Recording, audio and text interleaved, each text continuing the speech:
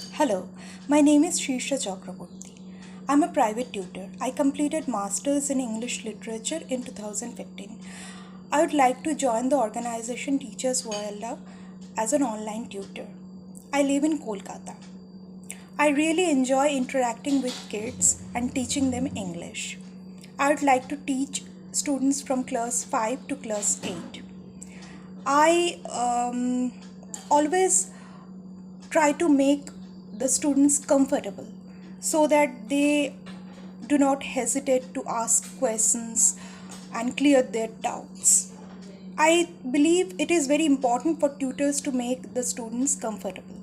I always talk to them in a friendly tone so that they feel comfortable with me. Apart from that, I always focus on English grammar so that the base becomes strong. uh, Grammar is the backbone of the subject. That is why I always focus on English grammar.